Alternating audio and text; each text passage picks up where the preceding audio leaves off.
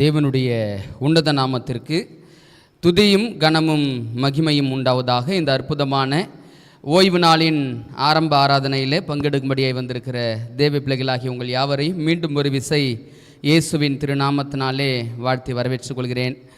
நம்முடைய திருச்சபையின் மூப்பருக்காக கடந்த வாரங்களில் நாம் ஜெபித்து கொண்டிருந்தோம்.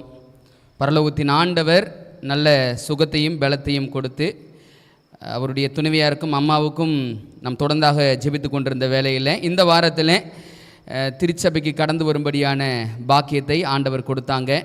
தேவன் அவர்களுக்கு செய்த நன்மைகளுக்காக பரலோக தேவனை நான் ஸ்தோத்தரிக்கிறேன். தொடர்ச்சியாக சுகவீனத்திலும் பலவீனத்திலும் உள்ள பிள்ளைகளுக்காக நாம் ஜெபித்து கொள்வோம்.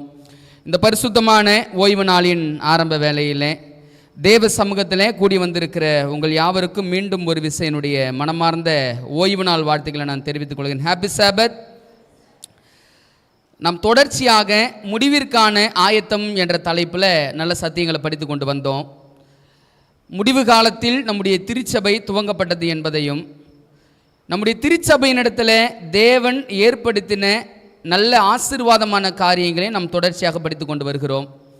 கடந்த வாரத்தில் மீண்டுமாக ஸ்தாபிக்கப்பட்ட தீர்க்க தரிசன ஆவி, மீதமான திருச்சபை அப்படின்னா இரண்டு அடையாளம், ஒன்று 10 கற்பனை, இரண்டாவது தீர்க்க தரிசன ஆவி. அந்த தீர்க்க தரிசன ஆவியினுடைய முக்கியத்துவத்தை கடந்த வாரத்தில் நாம் படிக்கும்படியாய் பரலோகத்தின் ஆண்டவர் உதவி செஞ்சாங்க.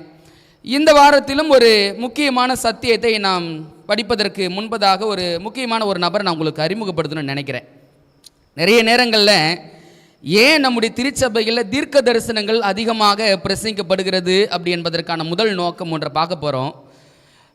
இன்றைய தினத்திலும் நேற்றைய தினத்திலும் இணையத்தில் ஒரு நபருடைய ஃபோட்டோ ரொம்ப வைரலாக பரவிக்கிட்டு இருக்குது. அந்த நபர் யாருன்னு தெரியுங்களா? எபோ நோவா. தம்பி அவருடைய பிக்சர் போடுங்களேன், பாருங்கள். இந்த எபோ நோவா இவர் தான். இவர் என்ன சொல்கிறாரு அப்படின்னா, இந்த நேற்றைய தினத்தில் கிறிஸ்மஸ் போச்சு பார்த்தீங்களா, உலகம் கொண்டாடுகிற பிரகாரமாக டிசம்பர் 25ஆம் தேதி இந்த உலகம் ஜலத்தினால் அழியும் ஆண்டவர் என்கிட்ட முன்கூட்டியே சொல்லிட்டாரு.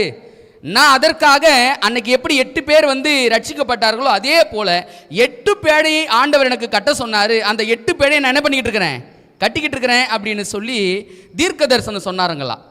இவருடைய தீர்க்க தரிசனத்தை நம்பின ஜனங்கள் வீடுகளை விற்று தங்களுடைய வியாபாரத்தில் வந்த பணங்களை எல்லாத்தையும் கொடுத்து என்ன செஞ்சாங்களாம், அவருக்கு அந்த பேழையை கட்டும்படி கொடுத்தாங்களாம். இவரும் பேழையை கட்டினாருங்க. கட்டிக்கிட்டு வந்தவர் இடையில் என்ன பண்ணிட்டார் அப்படின்னா, என்கிட்ட ஆண்டவர் மீண்டும் பேசினார். நான் இந்த மாதிரி ஜெபம் பண்ணேன், ஆண்டவரே இன்னும் கொஞ்சம் காலங்களை கொடுங்கன்னு நான் ஜெபம் பண்ணேன். என் ஜெபத்தை கேட்ட ஆண்டவர் என்ன பண்ணிட்டாருன்னா காலத்தை தள்ளி போட்டுட்டாரு. இந்த டிசம்பர் இல்லை, ஆனால் கண்டிப்பாக ஆண்டவர் இந்த உலகத்தை ஜலத்தினால அழிக்க போகிறார். பாருங்க, வெறும் சாக்கு உடை, அந்த சாக்கு உடை அணிந்து கொண்டு சாக்கான பொய் தீர்க்க தரிசனங்களை சொல்லுகிற இந்த எபோ நோவாவை குறித்து நம்ம அறிந்து கொள்ள வேண்டியதாக இருக்குதுங்க. கிறிஸ்துவுக்குள் அன்பானவர்களே, தீர்க்க தரிசனம் நமக்கு நல்லா தெரியும்.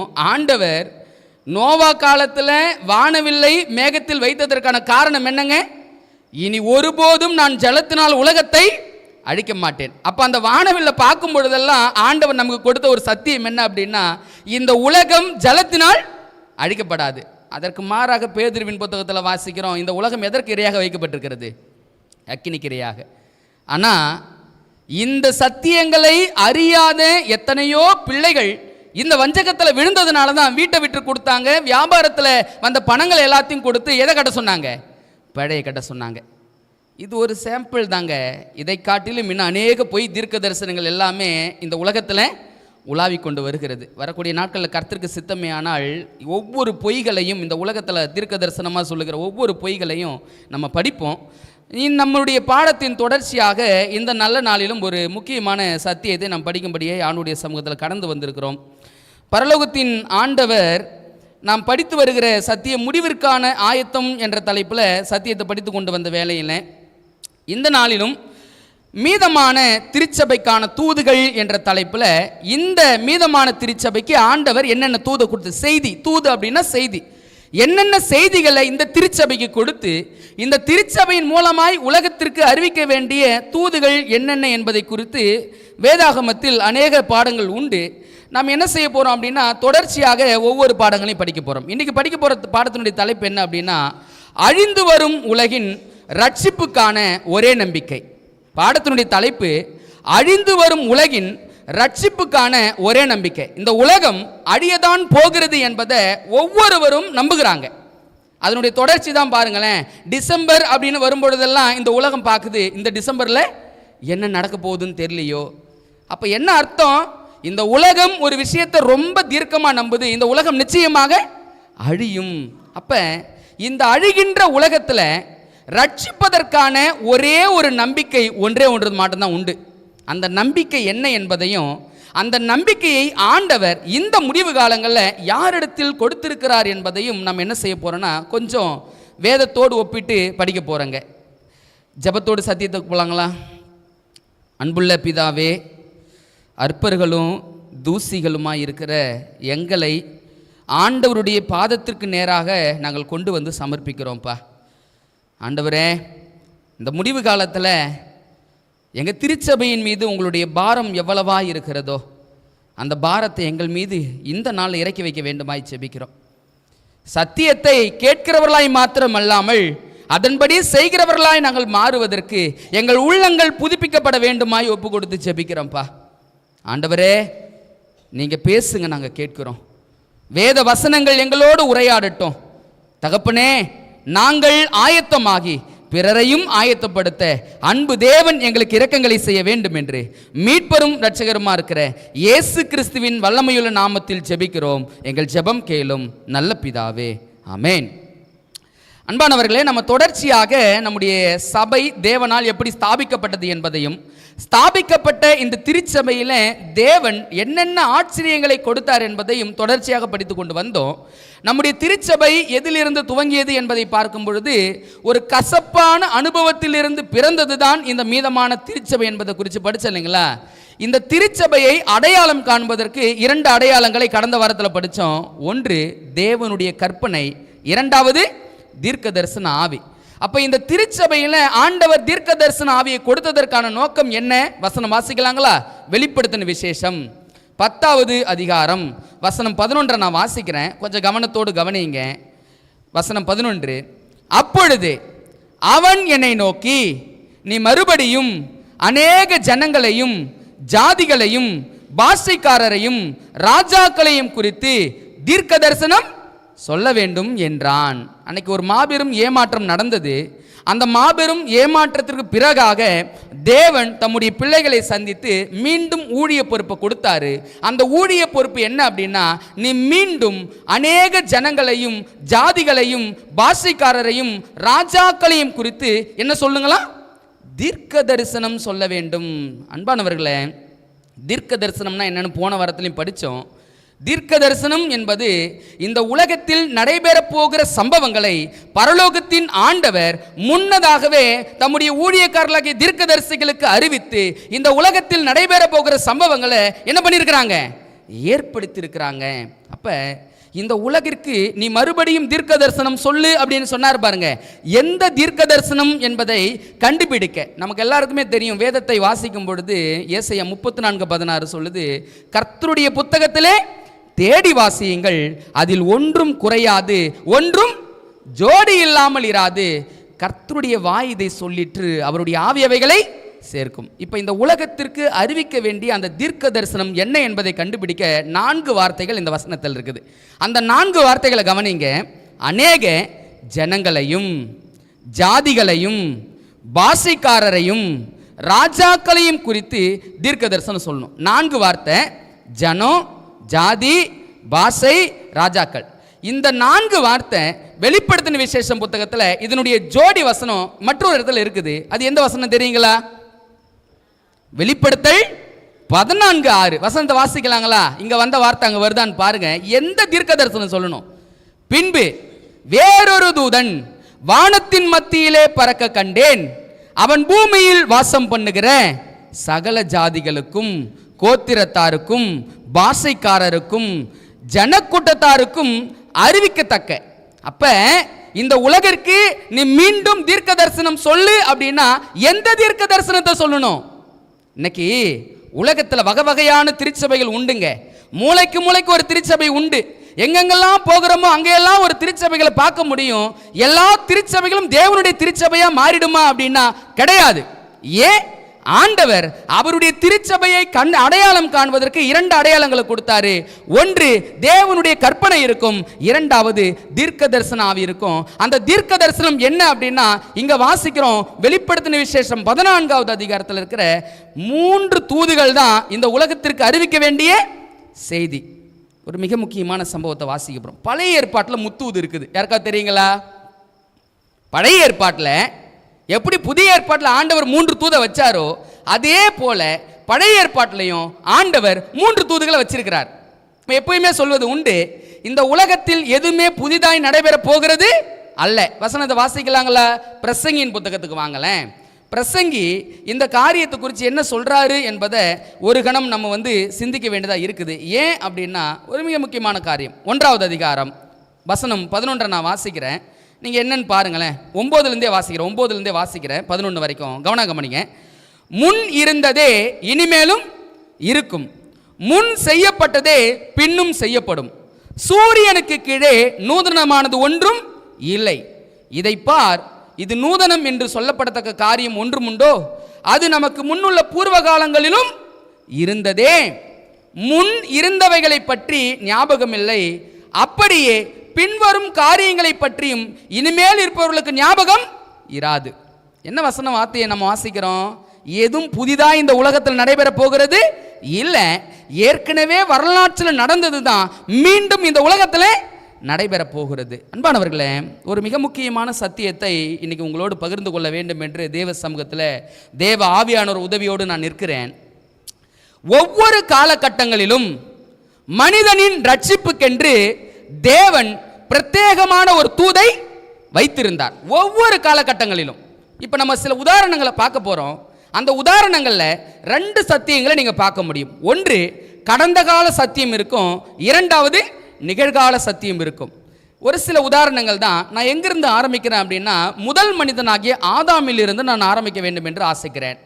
ஆதாமுடைய வாழ்க்கையில் 2 தூதுகள் இருந்துச்சு, 2 சத்தியங்கள் இருந்துச்சு. என்ன அப்படின்னா, ஒன்று கடந்த கால சத்தியம் இருந்துச்சு, இரண்டாவது ஆதாம் ரட்சிக்கப்படுவதற்கு நிகழ்கால சத்தியம் ஒன்று இருந்துச்சு. ஆதாமுக்கு எது கடந்த கால சத்தியம் அப்படின்னா நமக்கு நல்லாவே தெரியும்.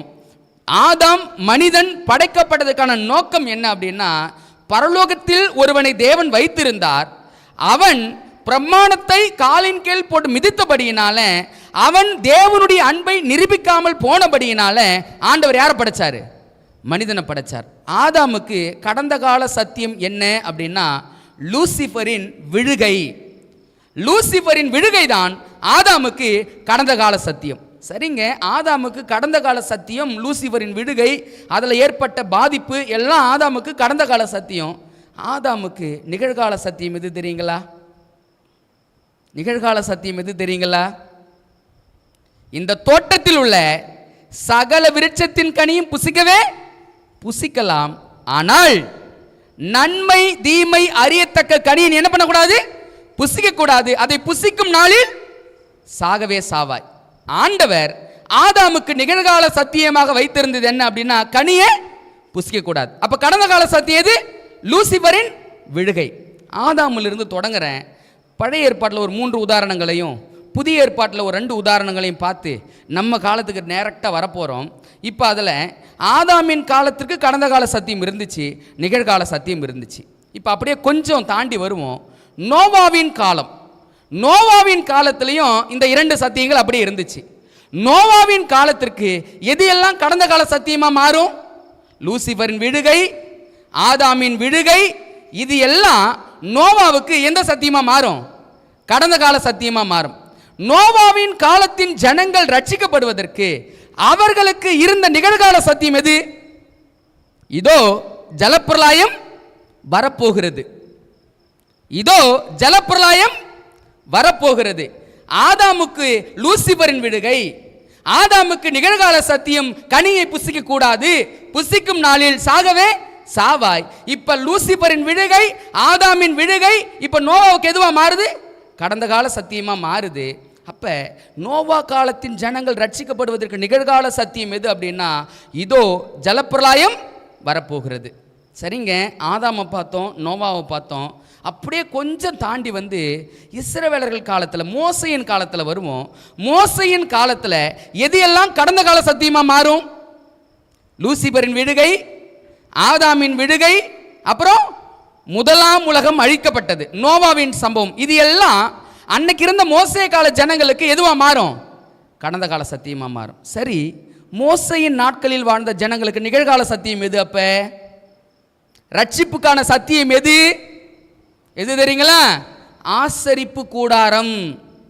அந்த ஆசரிப்பு கூடாரம் தான் அவர்களுக்கு ரட்சிப்புக்கான செய்தியை இஸ்ரவேல் ஜனங்களுக்கு மோசையின் காலத்தில் தொடர்ச்சியாக கொடுத்து கொண்டே இருந்தது. 3 உதாரணம் பழைய ஏற்பாட்டில்னு சொன்னோம். 1 ஆதாமை பார்த்தோம், 2வது நோவாவை பார்த்தோம், 3வது மோசை நாட்களை பார்த்தோம். ஏதோ நான் சின்ன எக்ஸாம்பிள் தான் சொல்லியிருக்கிறேன்.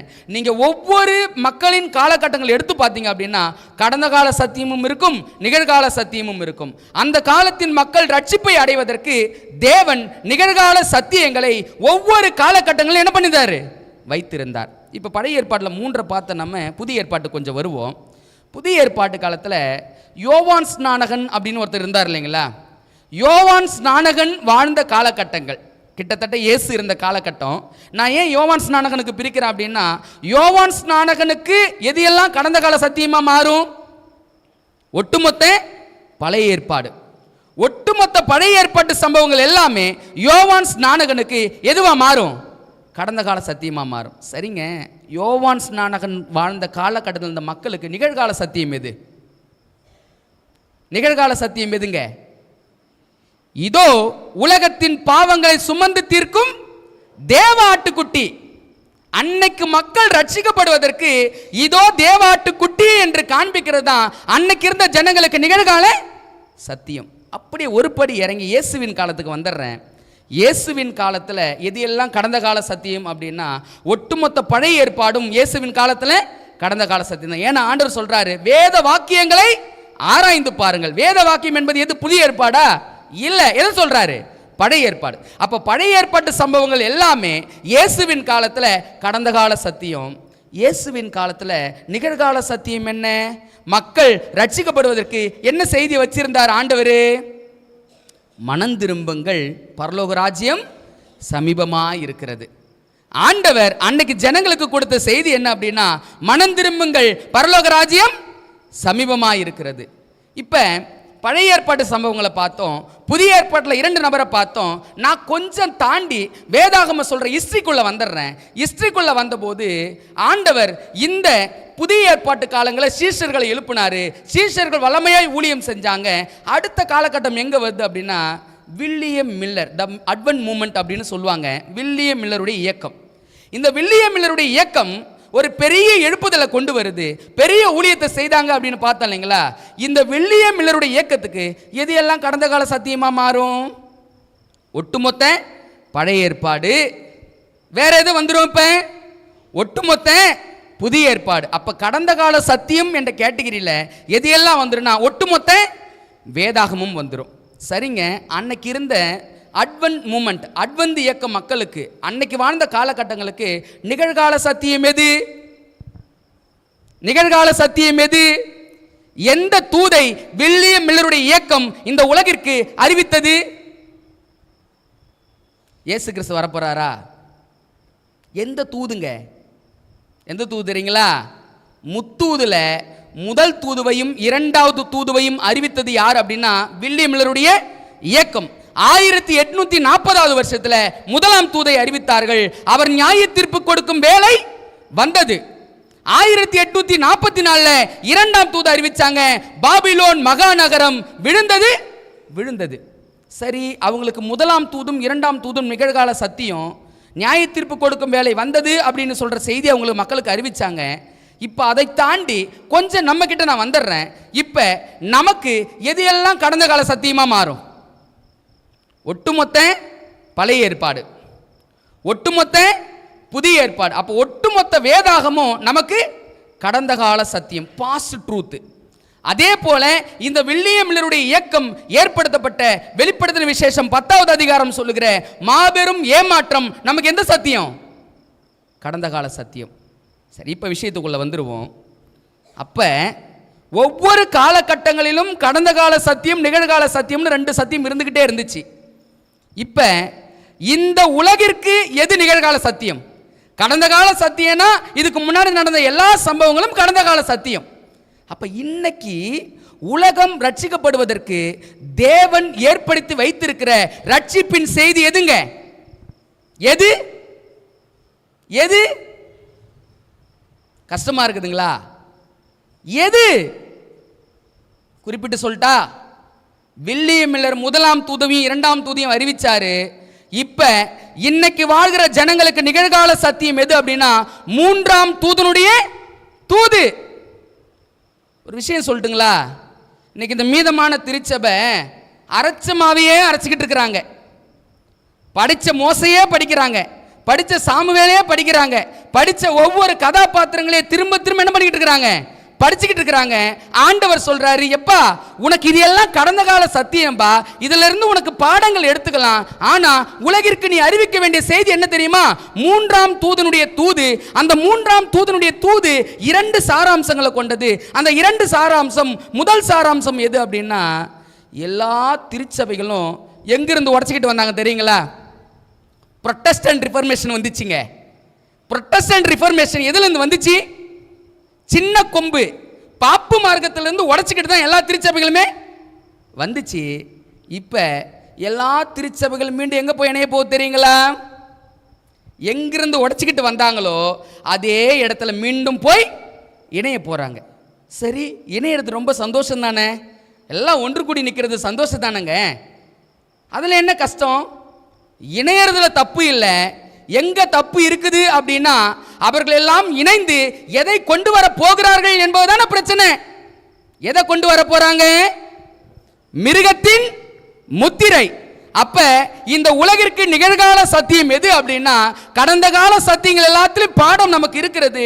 அதையெல்லாம் பாடமாய் தேவன் வைத்திருக்கிறாரு.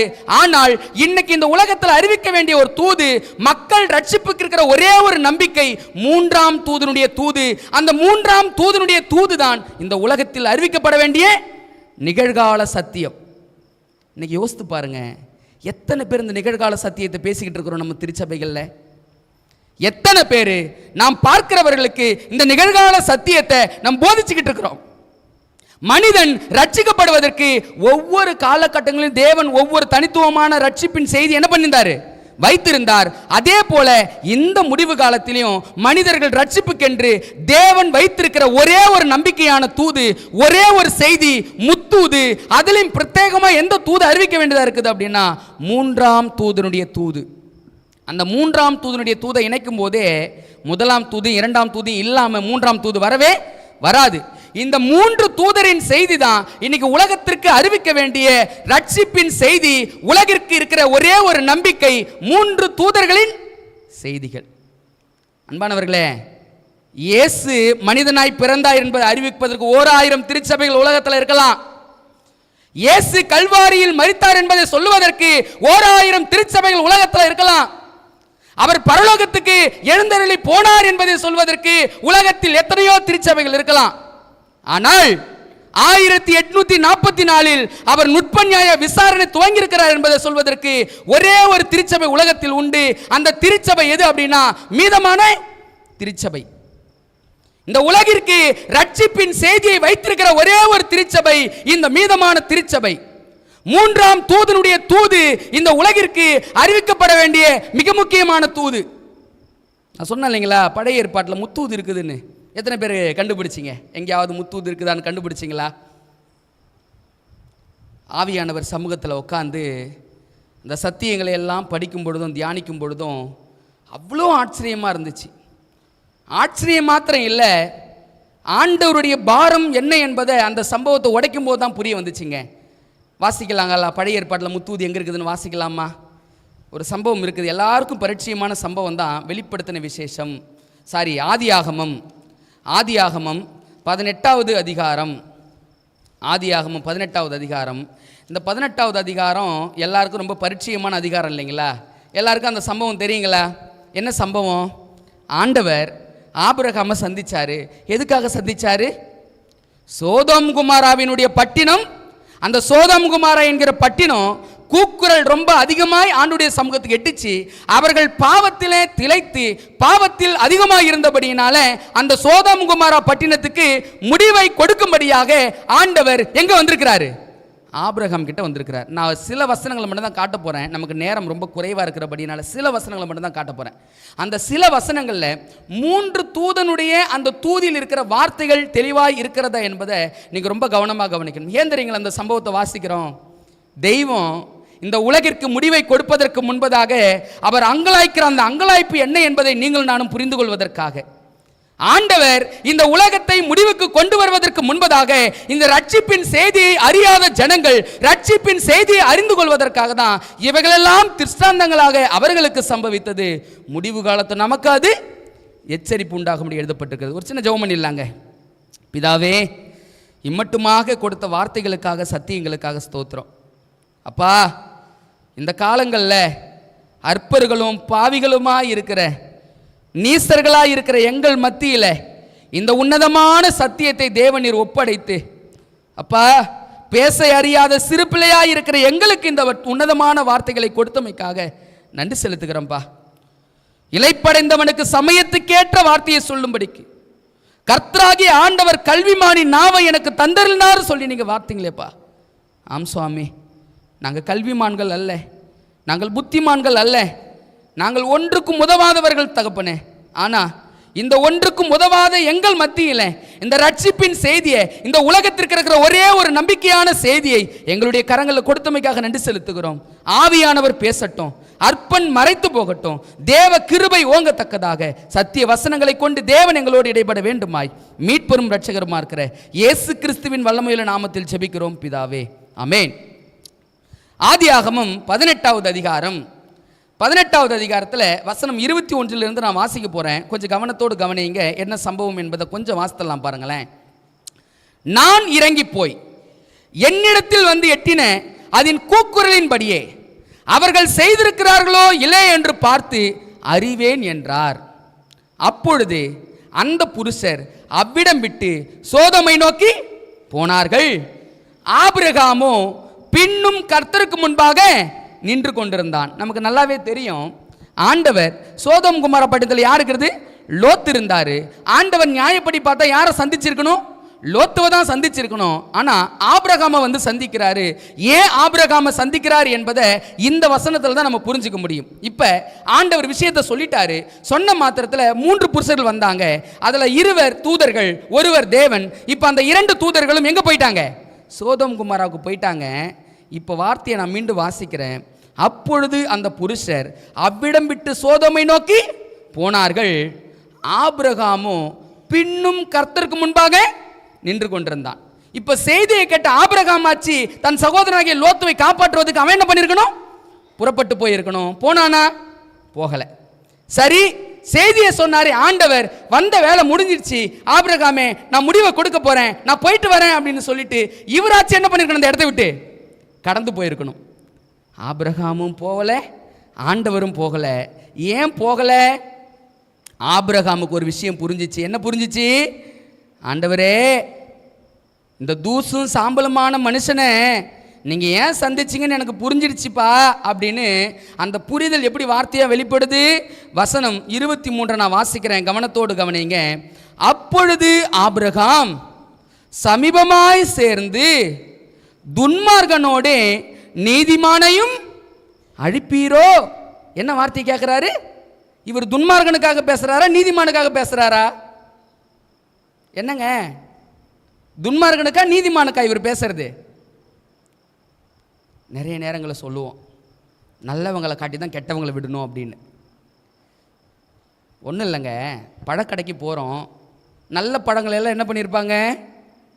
மேலே வச்சுருப்பாங்க. அடியில் என்ன இருக்கும்? என்ன இருக்கும்? கொஞ்சம் பளபளன்னு இருக்கிற பழங்கள்லாம் மேலே வச்சுருவாங்க. கொஞ்சம் அளந்து போடும்பொழுது 1-2 புரட்டி அப்படி என்ன பண்ணிடுவாங்க? போட்டுருவாங்க. அந்த கதையா? இல்லைங்க. இந்த நபர் யாரை வச்சு யாரை அடிக்கிறாரு அப்படின்னா, ஆண்டவருடைய மனசு இந்த நபருக்கு நல்லா புரிஞ்சிடுச்சு. புரிஞ்சபடினால வார்த்தையை கேட்குறாரு. என்ன கேட்குறாரு? ஆபிரகாம் சமீபமாய் சேர்ந்து, இந்த சத்தியத்தை ஏற்கனவே படிச்சிருக்கிறோம். சமீபமாக ஏன் சேர்ந்தாரு? ஏதோ முக்கியமான விஷயம் போல. அந்த முக்கியமான விஷயத்துக்காக தான் என்ன பண்ணாரு? சமீபமாய் சேர்ந்து. இந்த வார்த்தையை மைண்டில் வச்சுக்கோங்க, சமீபமாய் சேர்ந்து. அடுத்த வார்த்தையை கவனிங்க.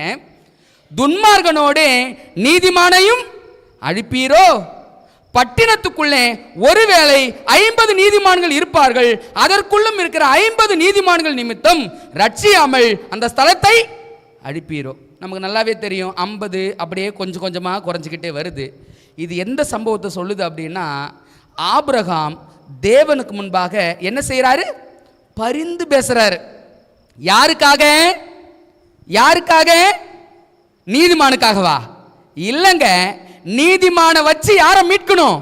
பாவியை மீட்கணும். அப்ப இங்க முதலாம் தூதல வந்த ஒரு சாராம்சம் இங்க வருகிறது.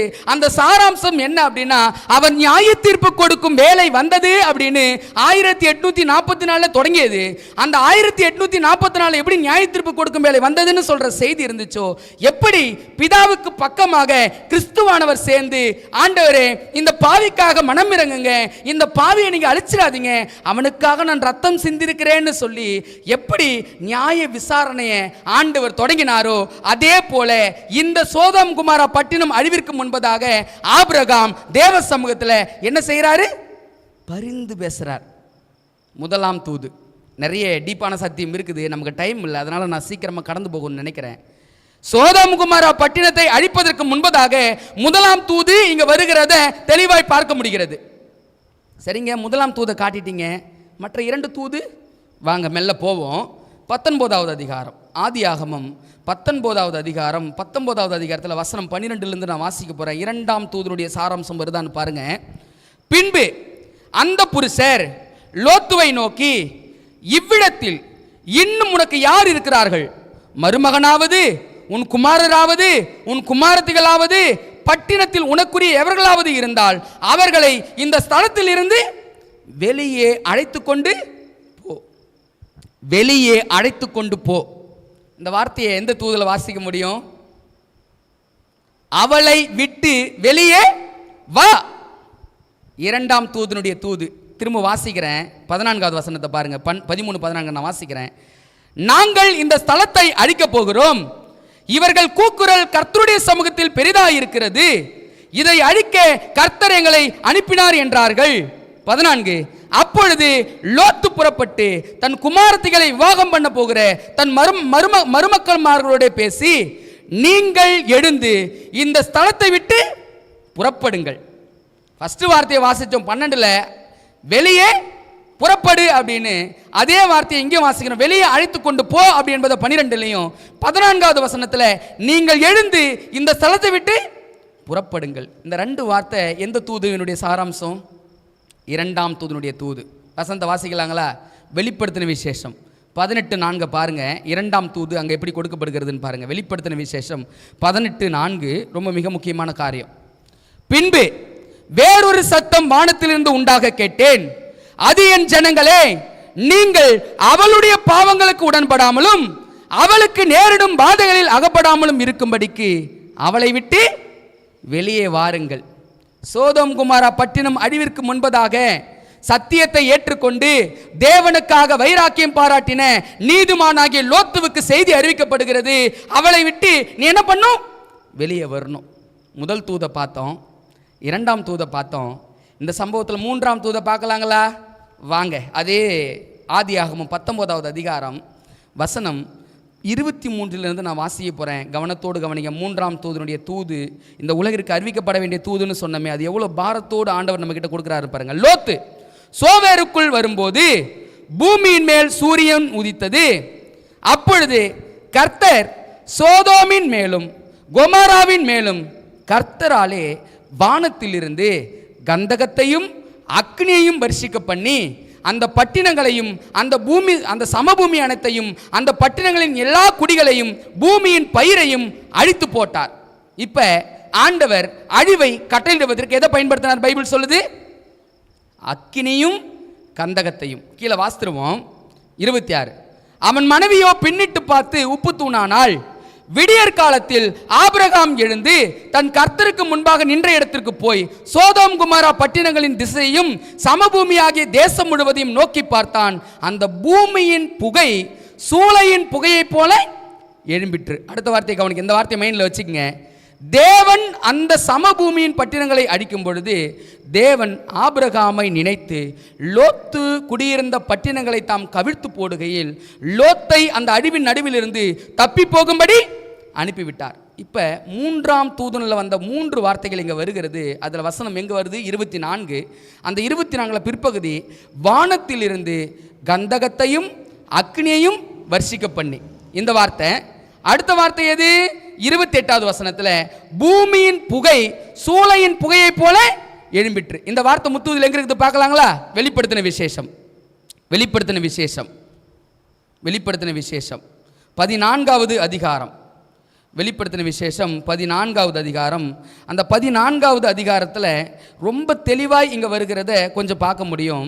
எங்கே வாசிப்போம்? 3ஆம் தூதனுடைய தூதில் பாருங்க, இங்கே வந்த வார்த்தை எவ்வளவு தீர்க்கமாய் அங்கு காட்டப்படுகிறது என்பதை கொஞ்சம் கவனிக்கலாம். வசனம் 9லிருந்து நான் வாசிக்கிறேன். அவர்களுக்கு பின்னே 3ஆம் தூதன் வந்து மிகுந்த சத்தமிட்டு மிருகத்தையும் அதன் சொரூபத்தையும் வணங்கி தன் நெற்றியிலாவது தன் கையிலாவது அதன் முத்திரையை தரித்துக் கொள்கிறவன் எவனோ அவன் தேவனுடைய கோபாக்கினியாகிய பாத்திரத்திலே கலப்பில்லாமல் வார்க்கப்பட்ட அவருடைய உக்கிரமாகிய மதுவை குடித்து பரிசுத்த தூதர்களுக்கு முன்பாகவும் ஆட்டுக்குட்டியானவருக்கு முன்பாகவும் அக்னியினாலும் கந்தகத்தினாலும் வாதிக்கப்படுவான்.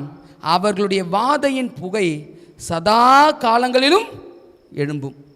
3ஆம் தூதனுடைய தூதில் வருகிற வார்த்தையை பாருங்க அன்பானவர்களே.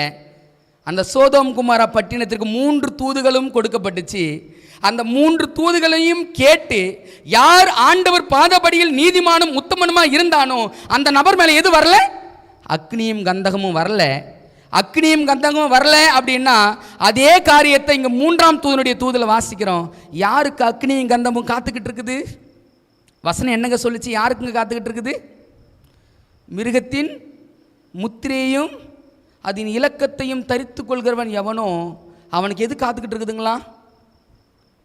ஒரு கேள்வி கேட்குறேன், உங்களால் சிந்திக்க முடியுதா பாருங்க அன்பானவர்களே. நம்ம பக்கத்து வீடுகளில், எதிர் வீடுகளில், தெருக்களில் நீங்கள் உண்டு உறவாடி எத்தனையோ சகோதரன் சகோதரிகள் உங்கள் பக்கத்தில் உண்டாச்சே. இன்னைக்கு இருக்கும்போது நமக்கு ஒரு ஆபத்து அப்படின்னா ஓடி வந்து உதவுறாங்க, நல்லா பேசுகிறாங்க, எல்லா காரியத்தையும் செய்கிறாங்க. இப்போ அந்த ஜனங்கள் இந்த 3ஆம் தூதனுடைய தூதை கேட்காமல் ஒருவேளை அவருடைய வாழ்க்கையில் மிருகத்தின் முத்திரையை அவர்கள் பெற்றுக்கொண்டால் அவர்களுக்கு இந்த உலகத்தின் அழிவின் போது எது காத்திருக்குது? அக்னியும் கந்தகமும் காத்து கொண்டிருக்கிறது.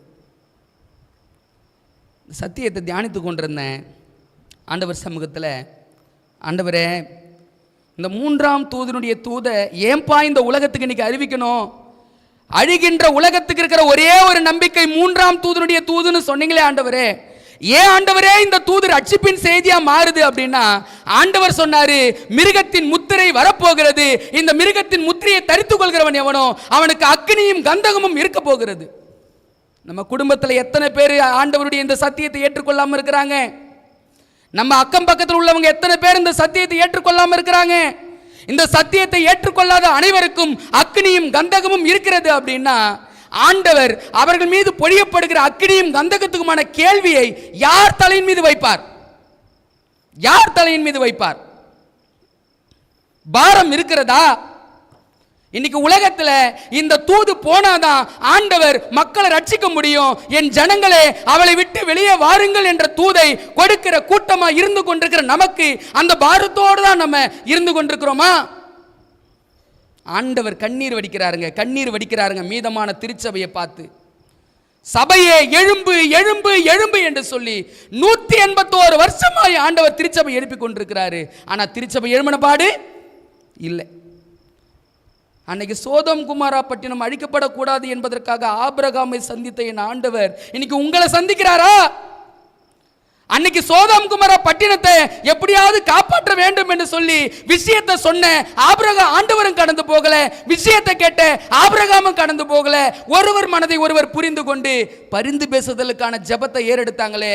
இன்னைக்கு கடைசியா எப்பொழுது அக்கம் பக்கத்தில் உள்ளவங்களுக்கும் குடும்பத்தில் உள்ளவங்களுக்கும், ஆண்டவரே அவங்களுக்கு அக்கினி வரக்கூடாது, கந்தகம் வரக்கூடாது, இவங்களை இந்த சத்தியத்துக்குள்ள கொண்டு வாங்கன்னு சொல்லி எப்பங்க கடைசியா ஜெபிச்சோம்?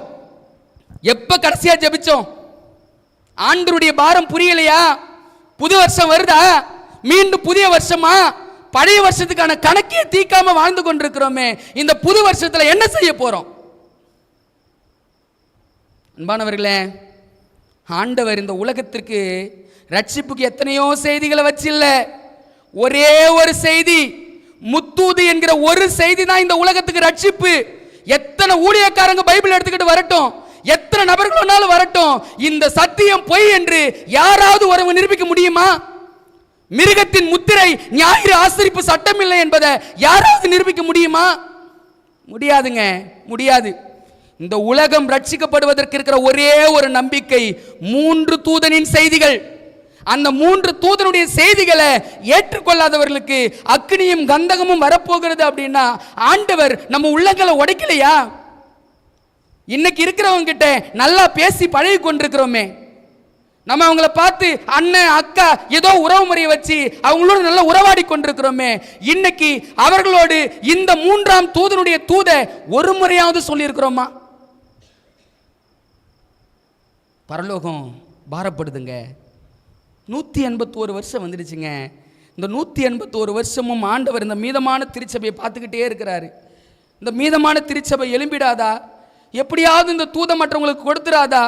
அக்னியும் கந்தகத்திலும் அடிய போகிற என் ஜனத்தை மீட்பதற்கு ஒருவன் கூட இல்லையா என்று சொல்லி ஆண்டவருடைய உள்ளம் ஏங்கிக் கொண்டிருக்கிறதுங்க. அந்த பாரம் நமக்கு எப்பயாவது இருக்குதுங்களா? நம்ம ஜபங்கள் எதை நோக்கி இங்க போய்கிட்டு இருக்குது? எதுக்காக நம்ம ஜெபம் பண்ணிக்கிட்டு இருக்கிறோம்? எதுக்காக நம்ம செய்து கொண்டிருக்கிறோம்? இன்னைக்கு உலகத்தில் அறிவிக்கப்பட வேண்டிய இந்த தூதை அறிவிப்பதற்காக ஏதாகிலும் ஒரு முயற்சியை நம்ம எடுத்துக்கொண்டிருக்கிறோமா? அன்பானவர்களே, அந்த தாயுள்ளம் படைத்த தேவன் ஆபிரகாமை சந்தித்து, ஆபிரகாம் ஆண்டுடைய மனதை புரிந்து கொண்டபடியினால, ஆண்டவரே நீதி துன்மார்கனோடு சேர்த்து நீதிமானி அழிப்பீரோ அப்படின்னு கேட்ட ஜெபம் இன்னைக்கு நம்முடைய வாழ்க்கையில் இருக்குதா என்பதை சிந்திச்சு பாருங்க. பைபிள் வசனம் சொல்லுது, ஒரு பாடலும் எனக்கு ரொம்ப பிடிச்சமான ஒரு பாடல், என் தலையெல்லாம் தண்ணீராகணும், என் கண்கள் எல்லாம் கண்ணீராகணும், என் தலையெல்லாம் தண்ணீராகணும், என் கண்கள் எல்லாம் கண்ணீராகணும், நான் கதறி ஜெபித்திட கண்ணீரோடு ஜெபித்திட, நான் கதறி ஜெபித்திட கண்ணீரோடு ஜெபித்திட, என் தலையெல்லாம் தண்ணீராகணும், என் கண்கள் எல்லாம் கண்ணீராகணும். அன்பானவர்களே, இன்னைக்கு ஜெபிக்கிற வாழ்க்கை முறை நம்ம கிட்ட இருக்குதா என்பதை சிந்திச்சு பாருங்க.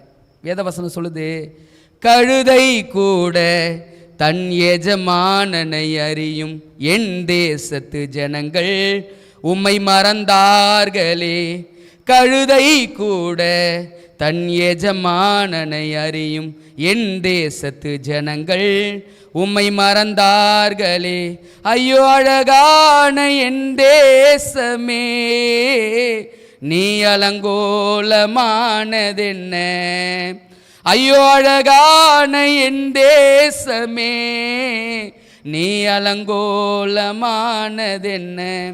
கழுதைக்கு கூட எஜமான் தெரிகிறதுங்க, மாட்டுக்கு கூட தன்னுடைய எஜமான் யாருன்னு தெரியுது. ஆனா என் ஜனங்களோ என்னை அறியவில்லை. உண்மையான சத்தியம், உண்மையான ஓய்வு நாள், உண்மையான கற்பனை எது என்றும் அறிந்திருந்த போது கூட ஜனங்கள் என்ன பண்ணலையா, உணரலையா.